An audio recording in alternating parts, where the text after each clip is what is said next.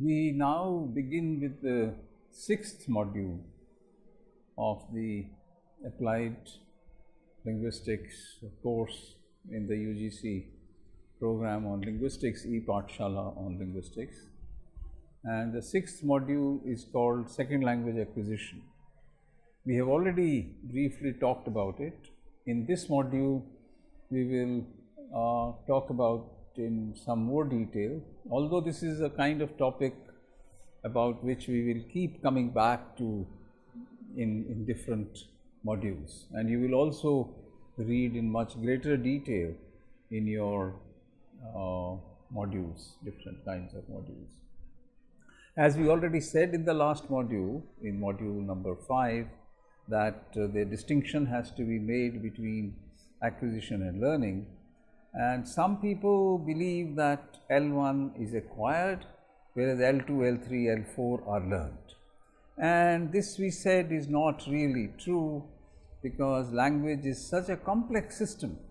The level of richness and complexity, and the number of rules and the complexity of rules that one has to acquire in terms of phonology, which is at the level of sounds, morphology, in terms of words and their structure and their network, their relatedness, in terms of syntax, that means the term, the structure of the sentences, and in terms of discourse, what are the rules that govern talking to each other. And language is so complex that in principle it cannot be taught. Okay, you can't teach a language. Okay, you can only acquire languages. It happens to you, as Chomsky would say, language happens to us. Okay, like walking happens to us and eyesight happens to us, so language also happens to us.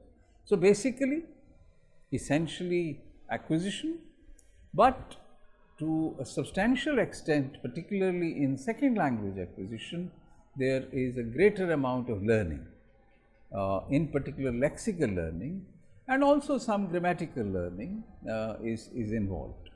And we will try to see what are the different theories that have been presented by different scholars for L2 acquisition, very briefly in this module. You can also think of the number of situations in which you might acquire a second language is almost infinite. It can be very, very strange. For example, you may have parents speaking different languages, and you may have relatives speaking third and fourth language. It's quite a typical situation, and you learn many of those languages. Or, for example, you may learn a language at home or two languages at home, and you may learn two at school. Very often the language of home and the language of school is so different that it has to be learnt all over again. Immigrants face different kind of situations, adult immigrants face different kind of situations, and children in schools face different kinds of situations, right? So the typology of language learning situations in wartime, in the post-war situations, all these are different contexts in which a second language may be learned. One of the most powerful theories that have been formulated, and which we will talk about in some more detail later, is the theory of interference, which is particularly since the times of Robert Lado in 1950s, I think, it has been one of the most influential theories of second language acquisition. In very simple words, it says that since you already know one language, you have no choice but to acquire the second language in terms of your first language. That means the first language is definitely going to interfere with the acquisition, learning of the second language. As we will show as we go on, that if you already know some languages, it is actually an asset to learn more languages. Okay? But we must first understand the theory of interference. The theory of interference, you will also notice that most of the examples in the theory of interference, they come from the level of phonology, from the level of sounds, about which we have already talked. Okay, there is a problem at the level of sounds because your jaw and your vocal tract gets more or less tuned to 1 or 2 or 3 languages. So when you get into another language, it is difficult. Like imagine a Britisher or any European or a Spanish speaker, French speaker trying to learn Hindi. They are into trouble. We think we are into trouble learning English or French, but they are into far, far greater trouble. Okay? Because an Englishman or an English child even will have to, for example, learn the retroflex sounds. Retroflex sound, now they don't have this position in their, the tongue curling back and touching the hard palate and then producing no, they don't have this. These series they don't have. So if we have 5 such sounds, they will have hell of a time, trying to learn these sounds. Okay, so it's not. So that is the claim that the theory of interference makes. But we also know that many Westerners actually manage to learn these sounds if they try hard enough. Consider the case the other way around. Okay, the other way around means a Hindi speaker or a Punjabi speaker or Gujarati, Marathi, Bangla, all these trying to learn English. Now, when you say somebody asks you in India, how are you? You will normally say, very well. This is how you will say, very well. An Englishman is not going to understand what you are saying, really speaking, unless the context makes it very clear and he knows very well. The question is the words vine, vine, and wine, wine, are 2 very different words. Okay, and that distinction lies only in the first letter. V for victory and van and very, that v, and w, which is there in where, why, what, wine, etc. These are 2 very different sounds. Not in Indian languages. Indian languages we have only one v. That's all we have. Okay. So we substitute v and w. So v is spoken with your lower teeth, with your lower lip and upper teeth, and there is a lot of friction. And w, the lips are rounded and your tongue is pushed back. W, wine, very, vine, wine. So that's the difference. So at the level of sounds, there is a serious problem, and I think the interference theory tells us that there will be a serious problem. I mean, this happens. The theory of interference laid the foundations of what is known as CA, that means contrastive analysis. That the claim was, and even today many people would claim, that if you compare and contrast the system of L1 with the system of L2, you can predict that what will be the errors, because L2 will be learnt through the window of L1. Take another example, the voiced aspirates. The voiced aspirates of Hindi and many other Indian languages which have, ghaja dhadha bha, gha as in ghar, jha as in jharna, and so on. So this series ghaja dhadha bha, which are both voiced and aspirated, aspirationals. No variety of English, so far I know, and many South Indian languages, they don't have these sounds, so they have great difficulty learning these. The theory of contrastive analysis was later challenged by many people because it had very major limitations.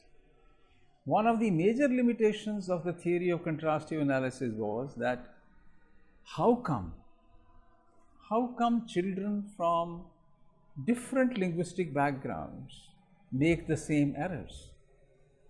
For example, all children, whether they are from Japanese, Chinese, Hindi, Punjabi, Gujarati, Marathi, Tamil, whatever be their background, they will all make the same kind of mistakes in the use of articles, for example. How come all of these children, all of these students will end up saying, she walked to college every day? Why? Why is that the case? That is the case because acquisition of another language goes through certain stages. They will say go, good at some stage. Right? They will break consonant clusters like street, street. School will become either school or school. Consonant clusters will be broken by most people in the initial stages. Right? So that was a major problem, that why students from different linguistic backgrounds make the same kind of mistake. There were also issues of backlash effects. Now the backlash effects were sort of suggested, there were many examples given, that it is not just that L1 interferes with L2, but L2 also impacts L1, and may do some kind of damage to it. Damage in the sense that things may change. One classic example I remember from my own work is, the word chakkar, Hindi has chakkar. There is also chakkar in Punjabi, okay, to go around. Mandir ke chakkar lagana, ya Granth Sahib ke chakkar lagana. That in the Sikh temple it is called bead. So, as I told you earlier in one of the earlier modules, that a bus is bus in Yorkshire, right? And butter is bua or butter. Okay. Similarly, this boy who I was recording, he said, instead of saying they do chakkar around the bead, he said they do chukkar around the bead. So chakkar became chukkar, like bus being pronounced as bus. So there can be backlash effects. So people said, look, we should examine the L2 output in terms of error analysis. That was the other proposal, about that a new language is learnt on its own terms. So we should analyze the errors and the stages of acquisition in terms of the language, in terms of the target language, rather than in terms of the source language. That was the proposal. And it made a distinction between pre-systematic, systematic and post-systematic errors. Now, pre-systematic errors were those when the student made mistakes at random. Sometimes she would say she walks to college, sometimes she walked to college. Okay. Sometimes she would say good, sometimes she would say went. So there is no system. So these are called pre-systematic errors. The next stage was called systematic errors, where the learner is saying go, good. I told you earlier that is symptomatic of knowledge, not of ignorance. If a child says go, good, it is not ignorance, it is knowledge. Because she has acquired the knowledge, add ed to the verb to get the past tense. So if a child does that, and if she is consistently saying she walked to college, she walked to college, she walked to college, that means the error is systematic. The third category was that the errors could be post-systematic. That means now the child has learnt child has learnt the rule that the third person singular in the present tense will take the "sir" in the verb. So, we have to say she walks to college every day, she eats an apple every day. Now, if in this situation a child sometimes says she walked to college every day, then if we show her the sentence, she will immediately correct her sentence. That means she has the competence and has just made it's a sort of slip, it's a slip of the pen, as they say, or the slip of the tongue, that she has made that mistake. Otherwise, she will be able to rectify. So, most of the errors, as we discussed earlier, other than some of the phonological errors, could be L1 independent errors. They have nothing to do with L1. So, like the errors of, let us say, past tense, go, goed, it has nothing to do whatsoever with the first language. The error of articles have nothing to do with the first language.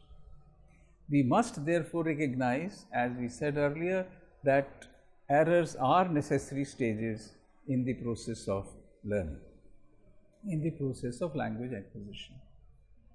There is another model proposed for second language acquisition, and this is called the speech learning model, SLM, proposed by various scholars who are all mentioned in your module, and they make a distinction between category assimilation, category dissimilation, merger, and empirical verification. So, these are the sort of four main points in SLM. Now, category assimilation means that you hear L1. First of all, the assumption in SLM is again at the level of sounds, that the sounds of both the languages or all the 3 or 4 languages reside in a common shared phonological space. So, they are free to travel here and there, okay, backwards and forwards. Now, in this shared phonological space, if you hear a new sound, you take it to the sound as close to your L1 category, and then over a period of time you probably come up with a new sound performing a merger. So, you combine them. But if you hear a sound which is similar to your L1 in L2, then you get into dissimilation. Then you want to make it as different as possible, because it's an L2 sound, as different as possible from the first language. So, this SLM is another hypothesis. Let me finally talk about the monitor model, or what is known as the monitor hypothesis, very briefly, and once again we will turn to it later in other modules, but it is the credit for this goes to Stephen Krashen, who is one of the well-known names in applied linguistics now and in L2 acquisition. Krashen basically says, as we have been saying, that languages are acquired. Languages are basically acquired. It's very difficult to say that you can teach languages and languages can be learned. So, you have to create an ambience, an environment where languages can be acquired. And he says that he has 4 or 5 hypotheses. First hypothesis is something that we have already talked about, that is the acquisition learning hypothesis, that acquisition is natural, learning is largely tutored. Then the very important hypothesis is called the monitor hypothesis. The monitor hypothesis is that everybody has some kind of an editor in the human brain. There is an editor in the human brain which once in a while formulates a rule, like a rule which says third person present tense singular, like he, she, it, then put "sir" in the verb, something like that. Or let us say forms a rule like that if you see, let us say, a word like kamra in Hindi, the plural is kamre. Now, is kamre plural or singular? Now, your mind may make a rule which says that if kamre is the subject, kamre अच्छे हैं, kamre लंबे हैं, then kamre is plural. But if you say kamre में किताबें हैं, that kamra is singular, because it has a postposition after that. So you can, internalize the rule. Suppose you are a Hindi learner, Hindi as L2, so you have to figure out that kamre can be both singular and plural. And the plural of that singular would be kamron. Kamron mein kitabein hain or kamre mein kitab hai. So you may figure out such rules. Now these rules are in your brain, and they work as editors when you are looking at your speech or at your answer sheet again, and you have written something like बहुत सारे कमरे में किताबें हैं, you would say no, here it should be कमरों में किताबें, बहुत सारे कमरों में किताबें हैं. So you figure out that the mistake is in the plural, and there are, you formulate the rule that the ending masculine nouns in Hindi have two plurals, one like kamre and the other kamron.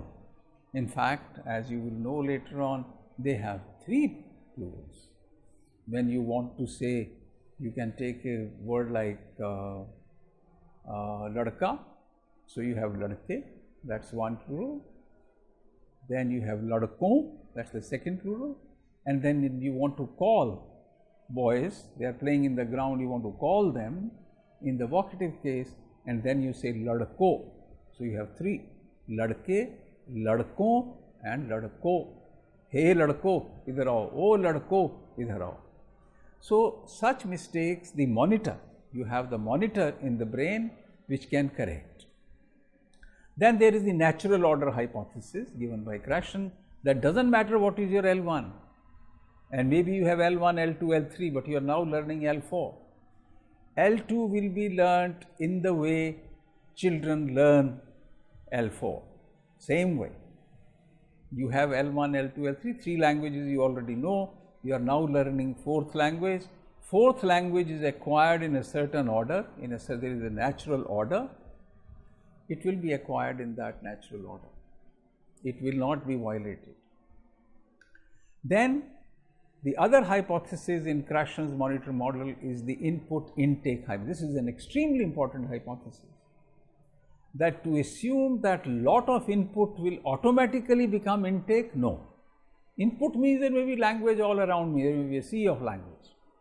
But what will really become intake will depend on a large number of social, psychological, individual factors. Is my attitude positive? Am I open? Is the whole thing making sense to me? Only then input will become intake. And finally, there is the affective filter hypothesis. There have been a lot of critique of these hypotheses, there have been criticism, and there have been alternative proposals, but I think Krashen's monitor model still attracts us very much, because it is probably one of the most powerful hypotheses about second language acquisition. The affective filter hypothesis says that if your affective filter is low, that means if your attitude is positive, not negative. If your attitude is negative, then your affective filter is high. It's like this. The input is coming here and is bouncing back. But if it is low, that means your attitude is positive, you are willing, you are highly motivated, you are interested, then lot of input becomes intake. So the affective filter, the filter of emotions and of attitudes, should be low. Only then lot of input will become intake. So these are various proposals to explain how do we acquire a second language. I hope you find it useful. Thank you very much.